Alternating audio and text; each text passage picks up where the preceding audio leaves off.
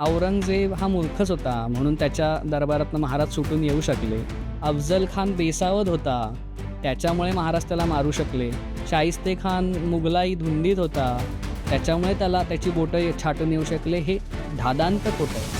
आज आपण 350 वर्षांनंतर सुद्धा शिवाजी महाराजांचा राज्याभिषेक म्हटलं की आपलं मन गहिवरून येतं. शिवाजी महाराज की म्हटलं की तोंडातनं लगेच जय येतं. जर मी 100 रुपये उत्पन्न द्यायचं ठरलंय बादशाला आणि मला 80 मिळाले तर चालणार नाही ना, 20 रुपये खिशातनं द्यायला लागेल, नाही तर बादशाह ते वसूल करेल माझ्याकडनं. मी खूनच करेन ना तुझा. मग भावाचा खून करायलाही मला लाज नाही वाटणार, कारण मला पैसा मिळणार आहे. त्या प्रवासामध्ये त्याला 80 ते 90 मुंडक्यांचे मिनार केलेले दिसले. एक महाराजच होते ज्यांनी गुलामगिरी बंद पाडली. हे सगळं होऊ नये म्हणून शिवाजी महाराजांनी बाजी सर्जेराव जेठांना पत्र लिहिलंय की तुमच्याकडे जेवढे लोक असतील त्यांना तुम्ही किल्ल्याच्या आत घाटाखाली आणा. त्यांचं संरक्षण करणं ही तुमची जबाबदारी आहे. यात कुठली हयगय करू नये. बोटी घोड्या बनवायच्या असतील तर त्यासाठी ज्याप्रमाणे सागवानादी वृक्ष हे महत्त्वाचे आहेत, त्याचबरोबर आंबा आणि फणससुद्धा चालतात. पण या झाडांना हात लावू नये. का? कारण जनता रयत ह्या झाडांना आपल्या लेकरांप्रमाणे वाढवतात. पण आता उत्सुकता याची लागली मला की सोहळा कसा संपन्न झाला. एवढा सगळा विचार करून गागाभट्टांनी ह्याची सगळी योजना केलेली होती की मे एंड पासून ते जूनपर्यंत, अर्थातच इंग्रजी महिन्यांनुसार नाही तर ज्येष्ठ महिन्यामध्ये हे संपन्न करायचं. तो शिवाजी महाराजांचं तुलादान करून त्यांच्या वजना इतकं सोनं, जस्त, कथेल, लोणी, मसाले, जायफळ अशा गोष्टी दान करण्यात आल्या. महाराज सिंहासनाधीश्वर झाले. तो मराठा पातशाह आज छत्रपती झाला ही छोटी गोष्ट झाली नाही. अतिशय अभूतपूर्व आणि देखणा शिवराज्याभिषेक सोहळा कसा झालेला कधीही ऐकलेली न कथा आपण आजच्या पॉडकास्टमध्ये ऐकणार आहोत. तुम्ही कालचा भाग बघितला नसेल तर नक्की बघा, त्याची लिंक मी डिस्क्रिप्शनमध्ये देतोय.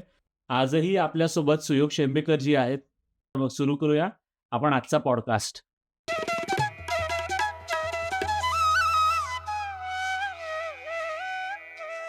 स्वराज्याला अशी गरज का पडली की छत्रपती शिवाजी महाराजांचा राज्याभिषेक करावा लागला? 1,42,00,000 होऊन इतका खर्च शिवराज्याभिषेकाला आला. ज्यावेळेला ते चिडले की अरे जो मनुष्य आमच्या मावळ्यांना पाठ दाखवून सतत पळाला त्याला माझ्या पुढे उभं केलं. हे व्यवहार ज्ञान तुमच्या बादशाचं. शिवछत्रपतींचा जन्म आणि त्यांचा राज्याभिषेक ही वेळ येईपर्यंत राजा म्हणजे सुलतान, राजा म्हणजे बादशाह, बरं, राजा म्हणजे मुसलमान, बरं, हीच सगळ्या लोकांची भावना होती. कारण राजा पाहिलाच नाही. बादशाह आहे किंवा सुलतान आहे तोच पाहिलेला आहे. राजा म्हणजे हिंदू नाहीच होऊ शकत. तर असं म्हटलं जातं की महाराज सेक्युलर होते. हां, तर महाराज सेक्युलर होते का? त्याच्या शिक्षा ज्या होत्या हे जर पाळलं नाही तर ते म्हणजे तुला डायरेक्ट अंगरखा घालून तेलात माखलेला पेटवून देणं. एवढ्या मोठ्या माणसासमोर, त्याच्या राज्यात, त्याच्या दरबारात, त्याच्या समोर जे शिवाजी महाराज ही सिंहगर्जना करू शकतात, त्यांच्यात काय डेअरिंग असेल ह्याची कल्पनाच केलेली बरी. मग आता याच्यावरच माझा पुढचा प्रश्न हो. की शिवराजाभिषेक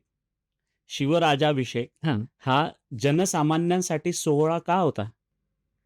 खूप चांगला प्रश्न आहे ना, कारण एक राजा तेव्हाच होतो ज्याला त्याच्याकडे प्रजा असेल. प्रजाच नाही तर कसला राजा?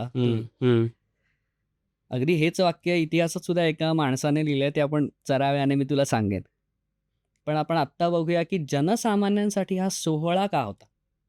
आज आपण 350 वर्षांनंतर सुद्धा शिवाजी महाराजांचा राज्याभिषेक म्हटलं की आपलं मन गहिवरून येतं. अगदी. पण ते का गहिवरून येतं ते कळण्याची गरज आहे. शिवाजी महाराज की म्हटलं की तोंडातनं लगेच जय येतं. का जय? ते जर समजून घ्यायचं असेल तर पुन्हा ऐतिहासिक संदर्भांनुसार बघितलं पाहिजे. उगाच हवेत काहीतरी गोष्टी बनवून आणि 2-4 शॉर्ट्स आणि रील बनवून की अरे किती भारी होते आमचे राजे, काल्पनिक गोष्टी बनवण्याची गरजच नाही आपल्या राजाला. बरोबर. त्याने इतक्या गोष्टी करून ठेवल्यात आणि माणसांनी त्या लिहून ठेवल्यात की त्यातनंच महाराजांचं मोठेपण कळून येतं. कुठलीही प्रजा असेल, प्रजा तर सोडून दे, तू मी अगदी साधी माणसं आहोत. आपल्याला सगळ्यात महत्त्वाचं अंगवस्त्र निवारा ह्या गरजा झाल्या की आपल्याला मॅस्लॉज हायरार्कीमध्ये वर आपण जातो. त्याला सगळ्यात महत्त्वाची गोष्ट आपल्याला जी येते ती काय येतं? न्याय. बरोबर. तू पेपरमध्ये एक उत्तर लिहिलंस, मी उत्तर लिहिलं. मला 4 मार्क दिले बाईंनी, तुला 2. तुला वाटतं तुझ्या बाबतीत अन्याय झालाय. खूप छोटी गोष्ट आहे ना ही. अगदी. आणि हे लहानपणापासून बघतोय होतं, आपण. होतं. यार 5वी 6वी बाई हे काय म्हणजे मला का कमी मार्क, त्याला का जास्त मार्क? अन्याय आहे ना. हो. अन्याय सहन होत नाही. अन्याय सहन करायला आपल्याला आपण त्या मॅस्लॉज हायरार्कीमध्ये मूळ आपल्या गरजा पूर्ण जाऊन वर आलो, की मग आपल्याला अन्याय सहन नाही होत. बरोबर. जो आपल्याला अन्यायातनं बाहेर काढतो, तो श्रेष्ठ आपल्यासाठी. रांझ्याचा पाटील ह्याचं उदाहरण आपल्याकडे आहे. बऱ्याचदा असं गैरसमज असतो, की रांझ्याच्या पाटलाने बलात्कार केला होता, म्हणून त्याचा चौरंगा करण्यात आला. जर आपण ते पत्र नीट वाचलं, हे सुद्धा शिवपत्रसार संग्रहमध्ये ह्याचा उल्लेख आलेला आहे रांझ्याच्या पाटलाचा. बरं. बाबाजी बिन भिकाजी गुजर. बिन म्हणजे वडिलाचं नाव, इब्न या अरबी शब्दाचं मराठीमध्ये अपभ्रंश होऊन बिन झालेलं आहे. बरं. बाबाजी बिन भिकाजी, भिकाजी म्हणजे वडिलाचं नाव त्याचं. या गुजर नावाच्या पाटलाला रांझ्याचा पाटील म्हणून तो फेमस असतो. त्याचा चौरंगा महाराजांनी केला का? तर त्याने बदअमल केला. गजानन भास्कर मेंदळे यांनी बदअमल ह्या शब्दाचा वेगवेगळ्या पत्रांमधून अभ्यास करून त्याचा अर्थ सांगितला, की बदअमल म्हणजे व्यभिचार. बरोबर. बलात्कार हा तो असतो ज्या वेळेला स्त्रीची मान्यता नसताना तिच्यावरती जबरदस्ती जो मनुष्य करतो तो बलात्कार करतो. व्यभिचार तो असतो की 2 इंडिव्हिज्युअल हे नैतिकतेच्या पलीकडे जाऊन एकमेकांशी संबंध ठेवतात, त्याला व्यभिचार म्हणतात. म्हणजे त्यात स्त्रीची सुद्धा तिचा होकार आहेच त्या गोष्टीसाठी. मग ह्यातनं शिवाजी महाराजांचं महत्त्व कमी होतं का, की म्हणजे व्यभिचार करणाऱ्याचा त्यांनी चौरंगा केला? तर अजिबात नाही. व्यभिचार जो नैतिकतेच्या पातळीवरती चुकीचा आहे त्या माणसाचा सुद्धा चौरंगा केला, तर जर एखाद्याने बलात्कार केला असता तर त्याची काय गत केली असती महाराजांनी? सो हा एक ज्यावेळेला आपल्याला दिसतोय, की न्याय ह्या गोष्टीमध्ये महाराज एका आमच्या प्रजेला कुठल्या लेवलवर ठेवतायत ते बघून महाराजांविषयीचं आपलं प्रेम अगदीच वाढतं. याच्यानंतर येतो अर्थ, पैसा. गरजेचं आहे ना, जगायचं तर आपल्याला पैसे हवे. आपण दरवेळेला ऐकतो, की आदिलशहा आणि मुघल फार अत्याचार करायचे बाबा जनतेवरती. संदर्भ काय आहे? कारण संदर्भ सकटच बोलायला हवं ना. आपल्याला काय महाराजांना मोठं करायचंय म्हणून उगाच गरीबाला का, म्हणजे बिचाऱ्या औरंगजेबाला का असं हे दाखवायचं की खराब होता तो. पीटर मुंडी नावाचा, किंवा मंडी जे काही त्याचं प्रोनाऊन्सिएशन असेल ते, त्याने एक त्याचा रिपोर्ट लिहिला होता. आणि त्या रिपोर्टमध्ये त्याने शहाजहानच्या म्हणजे मुघलांच्या राज्यात काय व्हायचं ते लिहिलेलं होतं. बरं. त्याने लिहिलं होतं, की ह्या मुघलांचे जे मनसबदार आहेत, मुघलांकडे मनसबदारी पद्धत होती, आदिलशहाकडे वतनदारी होती. सर्वसामान्य अर्थ काय, आपण अगदी सहज मनसबदार, वतनदार असं म्हणतो. यांचा अर्थ काय आहे, तर एक भूभाग हा जो मुघल बादशाह असायचा तो एका मनसबदाराला देऊन टाकायचा. त्या अख्ख्या भूभागातनं तू मला इतकं उत्पन्न मिळवून द्यायचं. ते मला दिलंस की त्याच्या वरचं जे आहे ते तुझं. जर मी 100 रुपये उत्पन्न द्यायचं ठरलंय बादशाहला आणि मला 80 मिळाले तर चालणार नाही ना, 20 रुपये खिशातनं द्यायला लागेल. नाही तर बादशाह ते वसूल करेल माझ्याकडनं. मग मी काय करेन, तर मी 200 मिळवेन. 100 बादशाहला देईन, 100 माझ्याकडे ठेवेन, म्हणजे मीही श्रीमंत होईल. बरोबर. 100 मी कसे मिळवेन, तर जो देणार नाही त्याच्याकडनं ओरबाडून घेईल. मनसबदारी, वतनदारी वाईट का? महाराजांनी ही वतनदारीची पद्धत का बंद केली? भाऊ भावाचा खून करायला का तयार झाला? आज मला वतनदारी दिली आदिलशहाने, मला 2 मुलगे झाले, वाटली गेली. वतनदारी कोणाची? वाटून का घ्यायचं? मला नको. शेअरिंग इज केअरिंग वगैरे इकडे रे. मला नको आहे तुझी वतनदारी. मी खूनच करेन ना तुझा. मग भावाचा खून करायलाही मला लाज नाही वाटणार, कारण मला पैसा मिळणार आहे. मग बादशाहला मी काय, जर मी भावाचाच खून करतोय तर उद्या शेतकऱ्याकडनं कर वसूल करताना त्याचा खून पाडला तर काय फरक पडणार आहे? आदिलशहाकडे जाऊन त्याच्या बायकोने आणि कोणी कंप्लेंट करून आदिलशाह थोडी ऐकणार आहे. तो म्हणणार आहे मला पैसा दिला त्या वतनदाराने, बास झालं. तुझा नवरा मेला का जिवंत आहे मला याच्याशी काही घेणं देणं नाही. क्रूरता. सो या पीटर मंडीच्या आपल्याला रिपोर्टमधनं कळून येतं, की शहाजहानच्या काळामध्ये त्याने त्याच्या मनसबदारांना ही जी वसुली करायला सांगितली होती, ही वसुली मनसबदार अतिशय जुलमाने करायचे. ज्या जमिनीतनं हजारोंचं उत्पन्न येऊ शकेल अशा ठिकाणी काही सुद्धा मिळायचे नाहीत, कारण हे मनसबदार लक्षच द्यायचे नाहीत.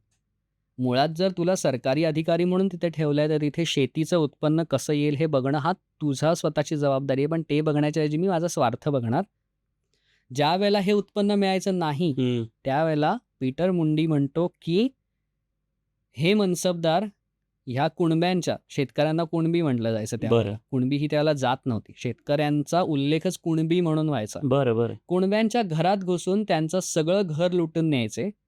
यामुळे हे कुणबी स्वतःहून जाऊन जो उठाव करायचे त्यामुळे ते बंडखोर व्हायचे. मग त्यांना दरोडेखोर म्हणून हेच बादशाही सैनिक त्यांना जाऊन मारायचे. किती वाईट आहे. म्हणजे पीटर मुंडीने सांगितलंय की तो प्रवास करत होता, कुठलं एक ते दुसरं ठिकाण मला आठवत नाहीये. त्या प्रवासामध्ये त्याला 80 ते 90 मुंडक्यांचे मिनार केलेले दिसले. बरं, हे त्रयस्थ माणसाने लिहिलंय. त्याला त्याने भारताकडे, मुघलांच्या शासित भारताकडे त्रयस्थ दृष्टीने पाहिलंय. अगदी हे इथे काय करत होते तर तो म्हणतो मुंडक्यांची मिनार असे रचलेले असायचे दहशत उत्पन्न करायला. एक तर तुम्ही त्यांच्याकडनं कर जास्तचा वसूल करताय, कर दिला नाही तर त्यांची घरातली सगळी मालमत्ता उचलून देता, बायका मुलं उचलून नेता, कारण ते गुलाम म्हणून विकता येतात ना. त्या काळात गुलामीला मान्यता होती. एक महाराजच होते ज्यांनी गुलामगिरी बंद पाडली, तो अजून वेगळा विषय आहे. पण हे बघितलं की आपल्याला कळतं की त्यांच्याकडनं तुम्ही त्यांचं जबरदस्तीने या सगळ्या गोष्टी घेणार. त्यांनी उठाव केला की त्यांना दरोडेखोर म्हणून घोषित करून त्यांना मारायचं आणि त्यांच्या मुंडक्यांचे मिनार बांधायचे. सो मगाशी मी म्हटलं त्यानुसार पीटर मुंडी म्हणतो की शहाजहान बादशाह हा मोकळ्या मैदानांचा बादशाह आहे. मी मगाशी तुला जे म्हटलं ना की प्रजा हवी ना राजा व्हायला, ह्याच्याबरोबर विरुद्ध गोष्टी शिवाजी महाराजांनी केल्या. की त्यांनी ज्यावेळेला त्यांच्याकडची प्रजा, त्यांचं रक्षण कसं केलं. पुन्हा एकदा आपल्याकडे संदर्भ आहेत.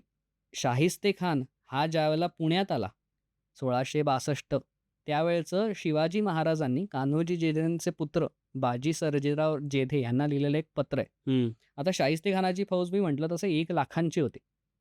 त्यांना तोंड आहेत ना, खायला हवं. आणि मुघल आहेत म्हटल्यानंतर ते मागणार नाहीत, विकत नाही घेणार, लूट करायला हवी. तर ते लुटत लुटत कारीपर्यंत यायचे. कारी म्हणजे या कान्होजी जेधे जे होते त्यांचा प्रदेश म्हणजे कारी. या कारीपर्यंत हे लुटायला यायचे. पैसे मिळाले, धान्य मिळालं ठीक, नाही तर पुन्हा एकदा बायका मुलं आणि पुरुष उचलून नेणं आणि त्यांना गुलाम म्हणून विकणं, कारण त्यातनं पुढे तुम्हाला परत धान्य मिळणारच आहे. एक तर धान्य मिळवा, नाही तर या लोकांना विका आणि त्यातनं धान्य मिळवा. सो हे सगळं करायचं, कसंही करून धान्य मिळवा. हे सगळं होऊ नये म्हणून शिवाजी महाराजांनी बाजी सर्जेराव जेध्यांना पत्र लिहिलंय की तुमच्याकडे जेवढे लोक असतील त्यांना तुम्ही किल्ल्याच्या आत घाटाखाली आणा. त्यांचं संरक्षण करणं ही तुमची जबाबदारी आहे. यात कुठली हयगय करू नये. जर हयगय केलीत तर जेवढ्या लोकांना मुघल उचलून नेतील त्याचं पाप तुमच्या माथी आहे. इतकं ह्या राजाने लिहिलेलं आहे की का त्या राजावरती प्रेम होतं जनतेचं, अगदी की इतका बारीक विचार या महाराजांनी केलेला आहे. अजून एक आय थिंक मी उदाहरण देतो आणि माझ्या मते एवढं कारण पुरेसं होईल की का सर्वसामान्यांसाठी सुद्धा का महत्वाचं होतं.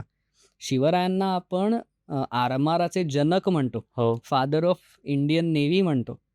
तुम्हाला जर आरमार उभं करायचं आहे तर तुमच्याकडे लाकूड फाटा हवा. बोटी तयार करायला लाकडं लागतात.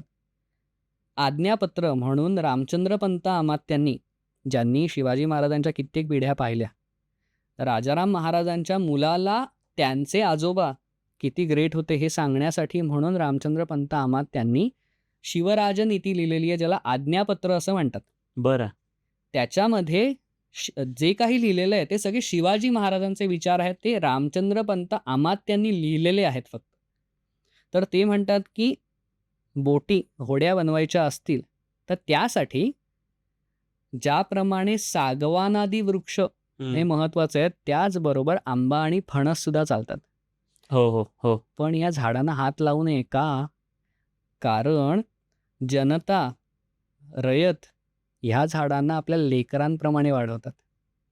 कित्येक वर्ष ती झाडं मोठी झाल्यानंतर त्यातनं आंबे आणि फणस येतात, त्यामुळे त्यांना लेकरांप्रमाणे वाढवलेलं असतं. उद्या जर त्यांना तोडून नेलं तर रयतेच्या दुःखाला पारावार राहत नाही. किती हा विचार, किती म्हणजे त्याच्या पुढचा मुद्दा सांगितला तर तुला कळेल की म्हणजे इथेच तुला वाटतंय किती विचार, बरोबर. ह्याच्या पुढे शिवाजी महाराज म्हणतात की एखादं झाड खराब असेल तर त्या झाडाचा योग्य मोबदला देऊन मगच ते झाड तोडावं. बापरे! म्हणजे जिथे आपल्याला दिसतं, की घरातनं बायका पोरं उचलून न्यायचे मुघल आणि आदिलशहा, तिथे माणूस म्हणतोय, राजा म्हणतोय, की झाड खराब असेल आंबा किंवा फणसाचं, तरी त्याची योग्य किंमत देऊन ते झाड घ्या.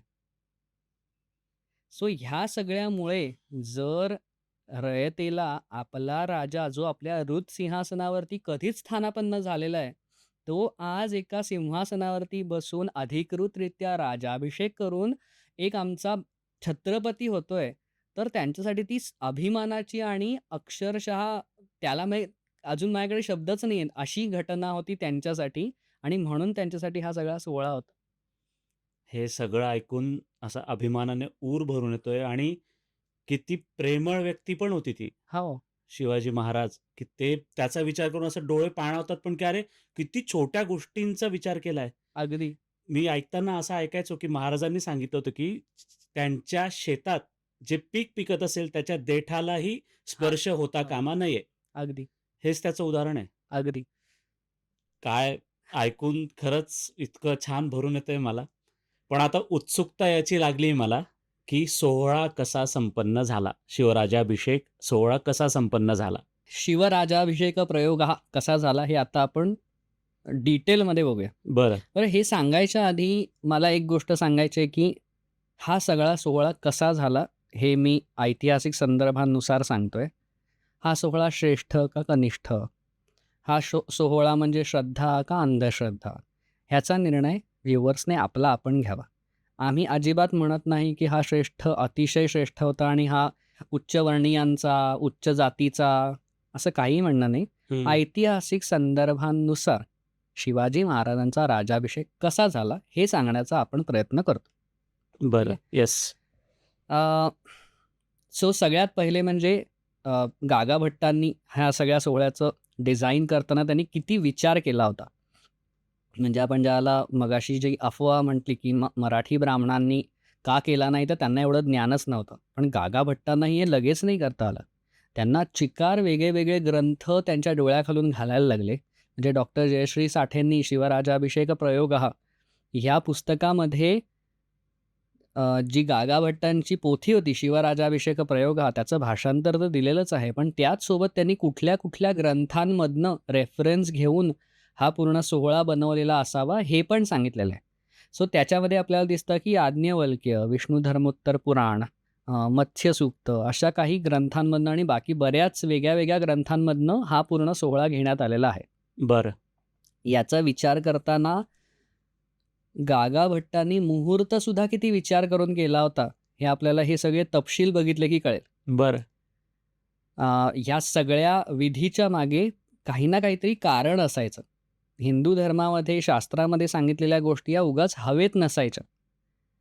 राजा ह्याला विष्णूचं रूप म्हटलं जातं. का? तर ब्रह्मा म्हणजे ज्याने जग निर्माण केलं. विष्णू म्हणजे जो जगाचं पालन, पोषण आणि रक्षण करतो, तो विष्णू आणि शंकर म्हणजे जो सगळं सृष्टीचा विनाश करतो. मग ह्यातलं पालन, पोषण करण्याचं काम जे विष्णू करतो त्याचं स्वरूप म्हणजे राजा. अरे वाह! त्यामुळे त्याला भूपती, पृथ्वीचा पती जे विष्णूला म्हटलं जातं, तेच राजाला म्हटलं जातं. मग राजा हा विष्णू स्वरूप असताना, विष्णू हा चातुर्मासामध्ये जो आपण चातुर्मास करतो श्रावणाच्या आजूबाजूला, त्या चातुर्मासामध्ये विष्णू शयन काळ असतो. म्हणजे विष्णू त्याला विश्रांती घेत असतो. त्यामुळे दक्षिणायन आणि चातुर्मासामध्ये राजाभिषेक करत नाहीत. बरं. जर विष्णूच शयन करतोय, तर राजाला राजाभिषेक जो तो विष्णू समानच आहे, तर का करायचा? त्यामुळे जूनमध्ये हं. किंवा मेमध्ये जो गागा भट्टांनी हा सगळा मुहूर्त निवडला होता, तो हा विचार करून केला होता. हां. मंगळवार आणि नवमी तिथी हे दोन्ही निषिद्ध आहेत. आता ते निषिद्ध का आहेत याचं कारण गागा भट्टांना माहिती असावं. पण यामुळेच गागा भट्टांनी हा दिवसही मोकळा सोडलेला आहे, की या दिवशी काहीही करायचं नाही. बरं. सो एवढा सगळा विचार करून गागा भट्टांनी ह्याची सगळी योजना केलेली होती, की मे एंडपासून ते जूनपर्यंत अर्थातच इंग्रजी महिन्यांनुसार नाही तर ज्येष्ठ महिन्यामध्ये हे संपन्न करायचं आहे. कारण ते उत्तरायण आहे आणि दक्षिणायन नाही आहे. मगाशी मी म्हटलं त्यानुसार 7 दिवस का 8 दिवस हा वाद का आहे? तर त्याचं उत्तर आता दिसेल. पहिल्या दिवशी 29 मेला ज्या वेळेला राजाभिषेकाची सुरुवात केली गेली त्यावेळेला जर क्षत्रिय असेल तर मगाशी म्हटल्यानुसार त्याचा व्रतबंध झालेला असला पाहिजे. हो हो. सो पहिल्या दिवशी राजांचा व्रतबंध केला गेला. बरं. आता ह्याचा राजाभिषेकाशी अदर दॅन बिईंग क्वालिफाईड काहीच संबंध नाही. त्यामुळे ह्या दिवसाला धरलं तर 8 दिवस, नाही धरलं तर 7 दिवस. बरं. म्हणून मगाशी मी तसं म्हटलं होतं. सो 29 तारखेला त्यांचा व्रतबंध करण्यात आला. व्रतबंध सुद्धा असाच करता येत नाही. तर त्यांनी गागाभट्टांनी मत्स्यसूक्त वगैरे ग्रंथामध्ये पाहिलं होतं की जर गेल्या 9 जनरेशन्समध्ये 9 पिढ्यांमध्ये जर तुमचा व्रतबंधाचा विधी बंद झाला असेल हां. तर एक प्रायश्चित्त घेऊन तुम्ही व्रतबंध करू शकता. बरं. मग प्रायश्चित्त काय तर तुलादान करायचं. सो शिवाजी महाराजांचं तुलादान करून त्यांच्या वजना इतकं सोनं, जस्त, कथेल, लोणी, मसाले, जायफळ अशा गोष्टी दान करण्यात आल्या. बरं.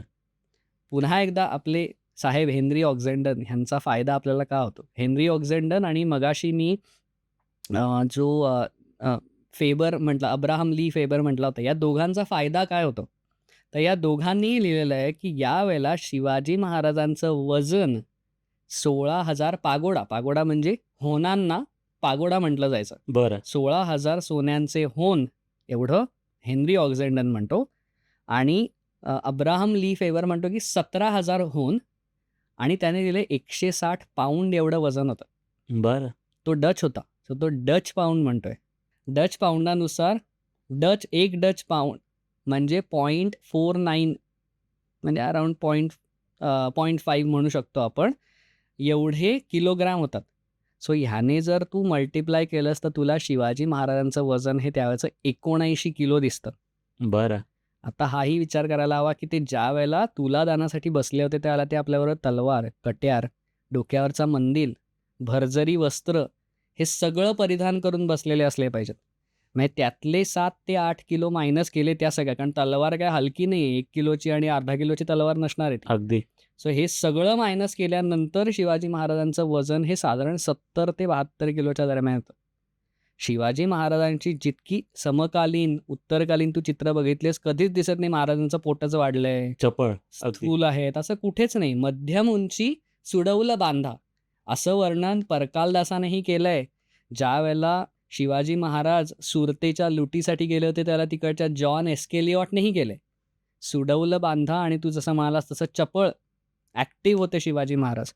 ते बघून 70 ते 72 किलो 44व्या वर्षी महाराजांचं वजन असावं ह्यात काही आश्चर्य वाटत नाही आणि नाही असं कसं असं वाटतच नाही. सो एक आपल्याला थँक्स टू हेनरी ऑक्झेंडन आणि फेबर साहेब, अब्राहम फेबर, की त्याच्यामुळे आपल्याला महाराजांचं वजनही कळतं. सो तुला दान हा विधी केला. तुला पुरुषदान का करायचं? त्याच्यानंतर तुला पुरुषदान एक विधी केला. म्हणजे विष्णूची 33 पाऊंडाची सोन्याची मूर्ती महाराजांनी दान केली. तर ती का केली? तर ज्या वेळेला युद्धप्रसंग महाराजांचे झाले असतील त्याला ब्राह्मण हत्या, स्त्री हत्या आणि लहान मुलांची हत्या त्यांच्याकडून किंवा त्यांच्या सैनिकांकडून झाली असण्याची शक्यता आहे. मग त्याचं प्रायश्चित्त म्हणून तुला पुरुषदान हा विधी करायचा. बरं. मगाशी सांगितलं तरी पुन्हा एकदा मी सांगतो की हे सगळे त्यातले विधी आहेत. ते श्रद्धा का अंधश्रद्धा, योग्य का अयोग्य हा निर्णय तुमचा तुम्ही घ्या, पण हे त्यांनी केलेले आहेत विधी, हे मी फक्त सांगतोय. आणि मग ह्याच्यानंतर मुंज वगैरे झाल्यानंतर हा 29 मेचा विधी पूर्णपणे संपला. आता ह्याच्यानंतर महाराज हे यजमान झालेले आहेत. आता व्रतबंध व्हायच्या आधी शिवाजी महाराजांचं लग्न झालं होतं, त्यांना संततीही प्राप्त झालेली होती. बरोबर. आतापर्यंत संभाजी महाराज आणि राजाराम महाराज यांचा जन्म तर झालाच होता आणि महाराजांना मुलीही होत्या. बरं. सो संतती त्यांची होतीच ऑलरेडी. मग आता हे विवाह रद्द समजायचे का? म्हणजे राजाभिषेक करायला गेलो आणि पत्नींवरती गदा आली, असं व्हायला नको. मग ह्याच पत्नींशी शिवाजी महाराजांचा पुन्हा एकदा विवाह करण्यात आला. अरे वा. ओके. सो 30 मेला सोयराबाई आणि अन्य 2 राण्या यांच्याबरोबर शिवाजी महाराजांनी पुन्हा एकदा समंत्रक विवाह केला. बरं. ह्याच्याशिवाय अजून एक राणी होती जिच्याशी 8 जूनला म्हणजे राजाभिषेक झाल्यानंतर काही तांत्रिक कारणामुळे त्यावेळेला लग्न न करता नंतर केलं. अजून एक गोष्ट कळते म्हणजे राजाभिषेकाच्या वेळेला महाराजांच्या 4 पत्नी जिवंत होत्या. बरोबर. ही अजून एक गोष्ट यातनं कळून येते. हे झाल्यानंतर राजाभिषेक हा सपत्नीक करायचा असतो. पट्टराणी म्हणून सोयराबाईंची निवड करण्यात आली आणि मग ह्याच्या पुढचे विधी करण्यात आले. आता आपण आपल्या घरी साधी अरे सत्यनारायणाची पूजा करतो, त्याला आपल्याला कळत नाही की गुरुजी काय सांगतात आणि आपण काय करतो. बरोबर. किंवा गणपती बसवतो. आपल्याला कळतच नाही. पण आपण जर विचार केला चौकस बुद्धीने तर आपल्याला कळतं की गणपतीला आपण आधी बोलावतो. त्याचं पाद्यपूजन करतो. मग त्याला तोंड पुसायला, तोंड धुवायला काहीतरी देतो. मुखप्रक्षालन म्हणतात बरोबर. ज्याला. नंतर मग त्याला स्नान करण्यासाठी देतो. मग पंचामृताने त्याला स्नान, असं सगळं स्टेप बाय स्टेप एका घरी आलेल्या पाहुण्याचं जसं करतो तसं स्वागत आपण करतो. तसंच राजाभिषेकातले अर्थ मला काय कळलेत माझ्या बालबुद्धीला ते मी सांगण्याचा प्रयत्न करतो. सो सगळ्यात पहिले श्री गणेशाचं पूजन करण्यात आलं. कुठलंही नवीन कार्य म्हटलं की गणेशाचं पूजन आलंच. सो लॉजिकल आहे की गणेशाची पूजा महाराजांनी केली.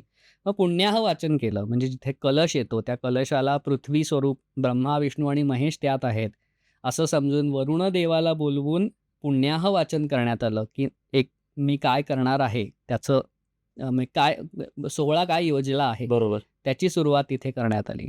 त्याच्यानंतर मग मातृका पूजन करण्यात आलं. तर मातृका पूजन म्हणजे काय, तर 16 मातृका गागाभट्टांनी सांगितलेल्या आहेत, ज्याच्यामध्ये लक्ष्मी, पार्वती, सरस्वती अशा कित्येक देवता येतात.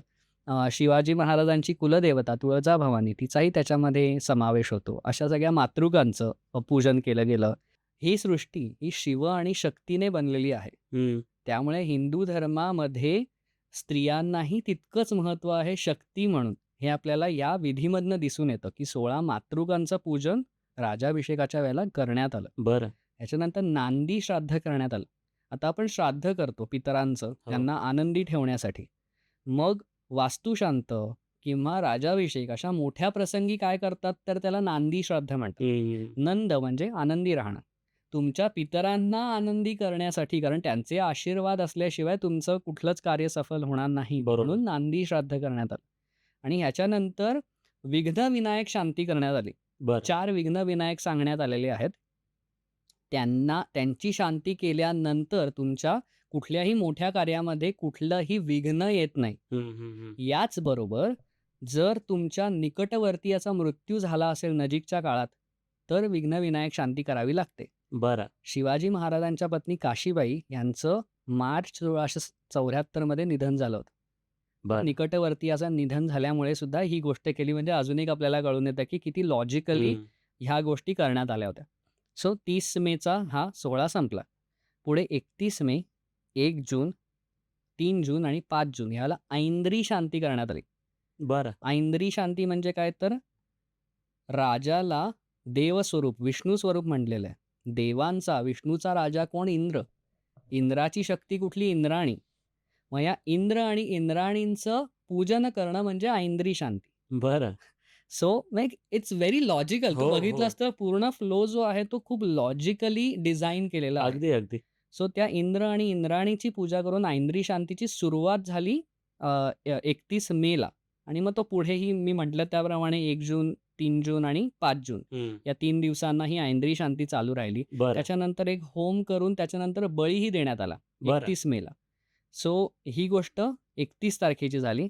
1 जूनला पुन्हा एकदा ऐंद्री शांती करण्यात आली आणि त्याच्याबरोबर नक्षत्र होम करण्यात आला. म्हणजे आपली बरं. जी 28 नक्षत्र असतात त्यांच्यासाठी एक होम करण्यात आला. बरं. काही ठिकाणी 27 नक्षत्र सांगतात, काही ठिकाणी 28. अभिजित या नक्षत्राला धरलं तर 28 नक्षत्र, बरं. नाहीतर 27 नक्षत्र म्हटली जातात. थोडक्यात नक्षत्रांच्या शांतीचा होम केला. मग नवग्रह शांती, नवग्रह आणि त्यांच्या 48 देवता असतात की ग्रहांचीही अनुकूलता हवी या हो, कार्याला, हो, हो. म्हणून नवग्रह शांती केली. अगेन इट्स व्हेरी लॉजिकल, आपण तसेच चाललोय. 2 जून हा मंगळवार आणि नवमी तिथी होती. बरं. त्यामुळे तो भाकड गेला. त्या दिवशी राजाभिषेकासंबंधी काहीही काम करण्यात आलेलं नाही. बरं. ओके. सो 2 जून असाच गेला. 3 जूनला पुन्हा एकदा ऐंद्री शांती करण्यात आली. त्याच्यानंतर 4 जूनला निऋती याग करण्यात आला. बरं. सो निऋती याग म्हणजे काय, तर नैऋत्य दिशेची एक क्रूर देवता आहे जिला निऋती असं म्हटलं जातं. बरं. ती क्रूर देवता असल्यामुळे तिचं पूजन जे होतं ते गावाबाहेर जाऊन करतात. सो गावाबाहेर जाऊन कृष्ण वस्त्र, काळी वस्त्र परिधान करून शिवाजी महाराजांनी या निऋती देवतेचं पूजन केलं. ही गाढवावरनं येते. बरं. तिचा प्रसाद जो असतो तो मद्य आणि मांस हा असतो. बरं. काळी फुलं, काळी वस्त्र परिधान करून तो गावाबाहेर केला जातो. म्हणजे थोडक्यात यजमान जो आहे शिवाजी महाराज, त्यांना करणी बाधा, बाहेरची बाधा, भूतबाधा होऊ नये म्हणून केला जाणारा हा एक विधी आहे. विधी आहे. आणि हा विधी झाल्यानंतर स्नान करून शुक्ल वस्त्र, शुभ्र वस्त्र परिधान करून पुन्हा एकदा गणेश पूजन, पुण्याह वाचन वगैरे, वगैरे महाराजांनी केलं. सो बरं. असा 4 जूनचा हा निऋती याग संपला. 5 जूनला सगळ्यात पहिले ऐंद्री शांती संपवण्यात आली. 5 जून रात्रीपासून 6 जून पहाटेपर्यंत मुख्य राजाभिषेकाचा विधी सुरू झाला. बरं. आता या राजाभिषेकाचे 3 ह्याच्यामध्ये पार्ट करण्यात आलेले आहेत. एक म्हणजे मुख्य अभिषेक, दुसरं म्हणजे सिंहासनारोहण आणि तिसरं म्हणजे राजदर्शन. ह्या 3 भागामध्ये त्याला स्प्लिट करण्यात आलेलं आहे. बरं. आता रात्री ज्यावेळेला राजाभिषेक म्हणजे ॲक्च्युअल अभिषेक सुरू करण्यात आला, त्यावेळेला महाराजांना निरनिराळ्या चूर्णांनी, निरनिराळ्या द्रव्यांनी आणि निरनिराळ्या उटण्यांनी त्यांचा अभिषेक करण्यात आला. त्याचे बरं. बरेच तपशील दिलेले आहेत गागाभट्टांनी, पण थोडक्यात ते सगळे अभिषेक आहेत. याच वेळेला मी म्हटलं त्यानुसार ब्राह्मणाने तुपाने, क्षत्रियाने दुधाने, वैश्याने दह्याने आणि शूद्राने पाण्याने महाराजांचा अभिषेक करण्यात आला. त्यांच्याचबरोबर पट्टराणी सोयराबाई आणि युवराज संभाजी महाराज यांचा सुद्धा अभिषेक करण्यात आला. अरे वाह! यावेळेला सेनापती हंबीरराव मोहिते यांचा व्रतबंध मुंज झालेली नसल्यामुळे त्यांना अधिकृत पट्टाबंधन करता आलं नाही. बरं. ह्याचाही उल्लेख त्याच्यामध्ये केलेला आहे. आणि मग हे सगळे अभिषेक करून झाल्यानंतर शिवाजी महाराजांनी स्वतःचा चेहरा तुपात पाहिला. बरं. ते एक शुभलक्षणी आहे. म्हणजे थोडंसं विषयांतर होईल, पण शहाजी राजे जे आहेत त्यांचं म्हणजे ते कसे राजासारखे राहायचे ह्याचं वर्णन जयराम पिंडिये नावाच्या त्यांच्या दरबारी कवीने राधा माधव विलास चंपू नावाच्या एका पुस्तकामध्ये म्हणजे त्या चंपूमध्ये केलेलं आहे. बरं. चंपू हे एक प्रकारचं काव्य आहे. त्याच्यामध्ये त्याने केलं. त्यात सुद्धा तो असं म्हणतो की शहाजी राजे रोज सकाळी उठल्यानंतर तुपामध्ये आपला चेहरा पाहायचा. बरं. शुभलक्षणी म्हटलं जातं त्याला. सो ते तसं शिवाजी महाराजांनी ते केलं. त्याच्यानंतर मग गागाभट्ट आणि शिवाजी महाराज हे रथारूढ झाले. एका रथावर चढले. बरं. राजाला हा रथ पृथ्वी जिंकण्यासाठी दिलेला आहे अशी एक कल्पना केली जाते. सो इथे हा साधारण पहिला आपला जो अभिषेकाचा भाग आहे हा संपतो. इथून मग सिंहासनारोहण. इथून महाराज परत आले आणि सिंहासनाला पाय न लावता महाराज सिंहासनाधीश्वर झाले. बरं. आणि मग तो राजा, क्षत्रिय राजा हा छत्रपती झाला आहे अशी घोषणा खुद्द गागाभट्टांनी केली. गागाभट्टांनी स्वतः राजांच्या डोक्यावरती छत्र धरलं. बरं. पुन्हा एकदा जे सांगितलं जातं की शूद्रांचा राजा पायाने टिळा, किती खोट्या गोष्टी आहेत हे आपल्याला कळतं की स्वतः गागाभट्टांनी महाराजांच्या डोक्यावरती छत्र धरलं. आणि मग महाराज ह्याच्यानंतर राजदर्शनासाठी निघाले. अर्थातच पृथ्वी दुमदुमून टाकणारा सगळा सोहळा. गजर त्यांच्या दरबारातल्या सरदारांनी केला, जय जयकार केला. सगळे लोक खुश झाले की तो मराठा पातशाह आज छत्रपती झाला, ही छोटी गोष्ट झाली नाही. सभासदांचं वाक्य आहे सभासद बखरीतलं. बरं. सो हे झाल्यानंतर मग महाराज हत्तीवर बसून राजदर्शनाचा सोहळा सुरू झाला. बरं. अर्थात एक गोष्ट मला इथे सांगायची की हे जे सिंहासनारोहण त्यांचं झालं किंवा जो राजाभिषेक झाला हा सूर्योदय होण्याच्या 3 घटिका आधी, 1 घटिका म्हणजे 15 मिनिटं साधारण, सूर्य उदयाच्या 45 मिनिटं आधी हा सोहळा झालेला आहे. त्याच्यामुळे जर तू भारतीय कॅलेंडर पद्धती पाहिलीस तर शनिवार सुरू झाला नव्हता. बरोबर. शुक्रवारच होता. कारण भारतीय कॅलेंडर पद्धतीनुसार सूर्योदय झाला की नवीन दिवस सुरू होतो. अगदी. इंग्रजांच्या कॅलेंडरनुसार रात्री 12 वाजले म्हणजे नवीन दिवस सुरू झाला असं नाही होत. बरोबर. म्हणजे ह्याच्यानंतर काही लोकांनी गागाभट्टांवरती टीका केली आहे. त्यांचं असं म्हणणं होतं की शनिवार तर आहे, शनिवारच्या दिवशी कोण करतं राजाभिषेक? शनिवारी नाही झालाय, शुक्रवार चालू होता त्याच वेळेला राजाभिषेक करण्यात आलाय. बरं. सो तोही विचार गागाभट्टांनी करून शुक्रवारच्या दिवशीच राजाभिषेक संपन्न केलाय. त्याच्यानंतर जे होतं ते राजदर्शन होतं. पुन्हा एकदा कशावर नव्हे, गागाभट्टांनी तर हा संदर्भ दिलाय. हेनरी ऑक्झेंडन म्हणतो की राजदर्शनासाठी मला 7 ते 8 मध्ये बोलवण्यात आलं. बरं. म्हणजे 2 संदर्भांमधनं आपल्याला कळतंय की राजाभिषेकाचा विधी याच्या आधीच झाला होता. ते नंतर जे होतं ते राजदर्शन होतं. सो इथून हत्तीवरती बसून राजे हे राजमाता जिजाऊंना भेटायला गेले. त्याच्या आधी महाराजांचं औक्षण करण्यात आलं. ते औक्षण महाराजांचं 4ही वर्णातील स्त्रियांनी केलं. आणि मग ते औक्षण झाल्यानंतर राजे आपल्या आईला जिजाऊंना भेटले. म्हणजे जिजाऊंच्या मनात त्याला काय विचार आले असतील ह्याची आपल्याला कल्पनाही करवणार नाही की शिवबा जा आज तू तुझं राज्य उभं कर पासून ते श्रीराजा शिवछत्रपती अगदी. आज असा श्रीराजा शिवछत्रपती झालेला आपला शिवबा आपल्या समोर येऊन आपला आशीर्वाद घेतोय म्हटल्यानंतर त्या माऊलीला म्हणजे नो वंडर त्याच्यानंतर 15 दिवसात जिजाऊंचं आनंदाने निधन झालं असेल, तरी मला त्यात काही आश्चर्य नाही वाटत आहे. कारण त्यांना जे आयुष्यात बघायचं होतं, जे अचीव्ह करायचं होतं ते झालं होतं. अगदी. ह्या उपर काही इच्छाच त्यांची उरली नसेल, तर म्हणजे त्यामुळे त्यांचं जर निधन झालं असेल, पंचत्वात विलीन झाले असतील, तर मला अजिबातच आश्चर्य वाटत नाही. डोळ्याचं पारणं फिटलं असेल त्यांचं. अगदी, अगदी. सो ते झाल्यानंतर मग महाराज येऊन दरबारात बसले आणि मग हेनरी ऑक्झेंडन साहेब त्यांना भेटायला आले. हेनरी ऑक्झेंडननी त्यावेळेला महाराजांच्या सिंहासनाला अर्थातच ते खूप सुंदर होतं असं वर्णन केलेलं आहे. त्यांनी म्हटलं की त्यांच्या मागे दोन्ही बाजूला सोन्याच्या भाल्यावरती राजचिन्ह लावलेली होती. बरं. उजव्या बाजूला मोठ्या दातांचे सोन्याचे मासे होते आणि डाव्या बाजूला घोड्यांच्या शेपट्या लावलेल्या होत्या. बरं. घोड्यांच्या शेपट्या ह्या पुन्हा एकदा शुभलक्षणी मानल्या जातात. म्हणून ते असे डाव्या आणि उजव्या बाजूला असे सोन्याच्या भाल्यावरती लावलेल्या ह्या गोष्टी होत्या. याच्याशिवाय सोन्याचा तराजू एक होता, जो दाखवत होता की शिवरायांचा न्याय हा किती बॅलन्स्ड आहे. हं. सो हे अजून एक हेनरी ऑक्झेंडनने केलेलं विधान आहे. हेनरी ऑक्झेंडन साहेबांनी शिवाजी महाराजांना एक हिरेजडित अंगठी, त्याच्यानंतर एक हिरेजडित शिरपेच, बरं. अरे त्याचा खर्च लिहिलाय. इंग्रज ना, सो सगळ्याची नोंद ₹3,411 एवढा खर्च करण्यात आला. बरं. असं त्याने लिहिलेलं आहे. आणि मग याच वेळेला पायरीवरती या सिंहासनाच्या संभाजी महाराज बसलेले होते. त्यांच्या बाजूला मोरोपंत पिंगळे प्रधान हे उभे होते आणि त्यांच्या बाजूला एक मोठा ब्राह्मण अर्थातच गागाभट्ट हे उभे होते. हे सुद्धा वर्णन हेनरी ऑक्झेंडनने त्यावेळेला केलेलं आहे. सो अजून एक आपल्याला एक त्रयस्थाचा व्ह्यू मिळतो की काय झालं. आणि ह्याच्यानंतर एक खूप सुंदर गंमत हेनरी ऑक्झेंडनने लिहिलेली आहे. त्याने वर्णन मगाशी केलं तसं त्याचं म्हणणं होतं की किती कठीण आहे हा रायगड, की मी इतक्या कष्टाने आलो. या रायगडाला यायला एकच रस्ता आहे सुरक्षितपणे यायला. त्या रस्त्यावरनं मीच इतका कष्टाने आलो. मला हे बघून आश्चर्य वाटलं की इथे आधीच मोठे-मोठे हत्ती होते. या हत्तींना कसं आणलं असेल?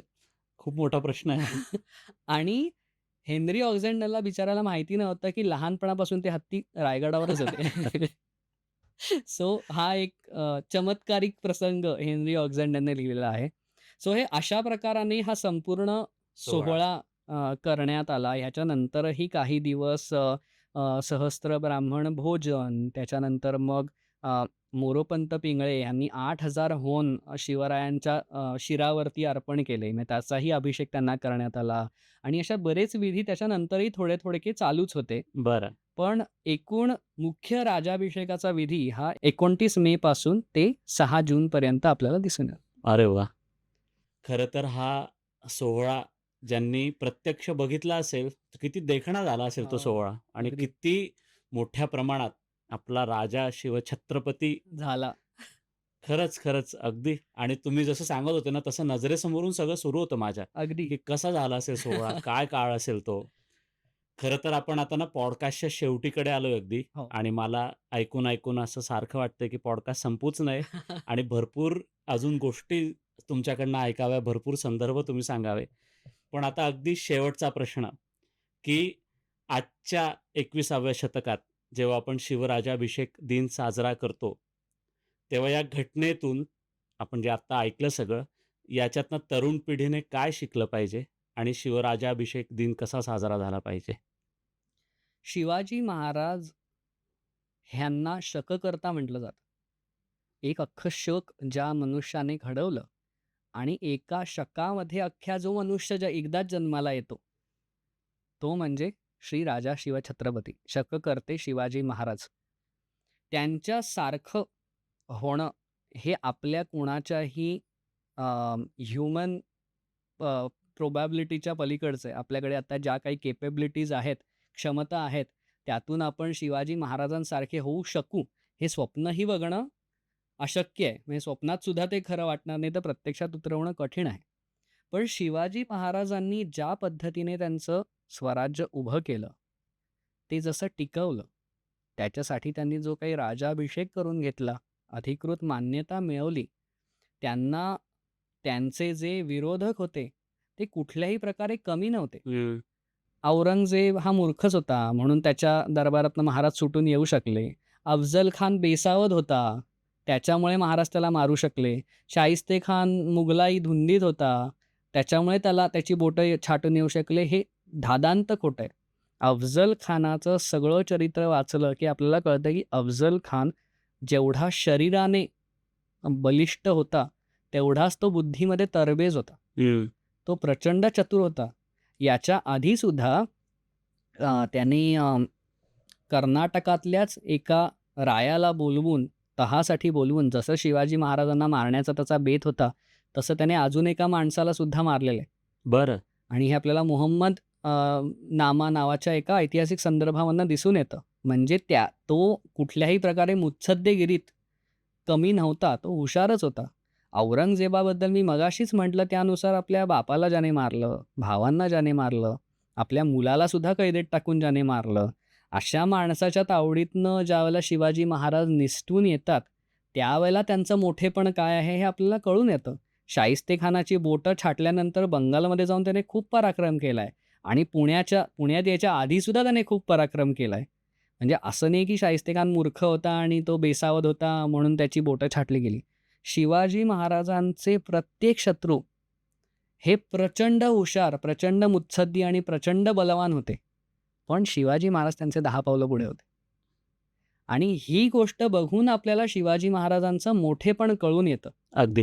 तर शिवचरित्रातनं आपल्याला काही म्हणजे शिकायचं असेल, ते काय करतात हे बघायचं असेल, तर शिवाजी महाराजांसारख्या कानामध्ये मोत्याचे कानातले घालून आणि कपाळावरती चंद्रकोर लावून बाईकचे मोठे हॉर्न वाजवत आणि पचापचा थुंकत आपल्याकडे ते थोरपण येणार नाही. आपण शिवाजी महाराजांसारखे दिसलो, तशी दाढी ठेवली म्हणजे आपण शिवाजी महाराज होत नाही. तर शिवाजी महाराजांनी ज्या बेसिक गोष्टी त्यांच्या आचरणातनं दाखवून दिल्यात, त्या ज्यावेळेला आपण आपल्या आचरणात आणण्याचा प्रयत्न करू, हं, कारण मी हं. पुन्हा एकदा म्हणतोय शिवाजी महाराज होणं हे फारच कठीण आहे. पण आपण त्यांच्यासारख्या गोष्टी आपल्या आचरणात ज्यावेळेला आणू, अफझल खानासारखं मोठं संकट आल्यानंतर खचून न जाता एखाद्या माणसाने आत्महत्या केली असती. अफझल खान जेवढं सैन्य घेऊन आला, त्याने तुळजाभवानीचं मंदिर जसं फोडलं, त्याने जशी स्वराज्यामध्ये लूट केली, त्याने जसा दबाव, निर्माण मानसिक केला. दबाव महाराजांवरती निर्माण केला, हे सर्वसामान्याला झेपलं नसतं. पण त्याच्यातूनही महाराज कसे तरुण निघाले. शाहिस्तेखानाच्या घरात घुसून तो लाल महाल महाराजांचाच होता, पण त्यात शाहिस्तेखान लाखाच्या फौजेनिशी राहत होता.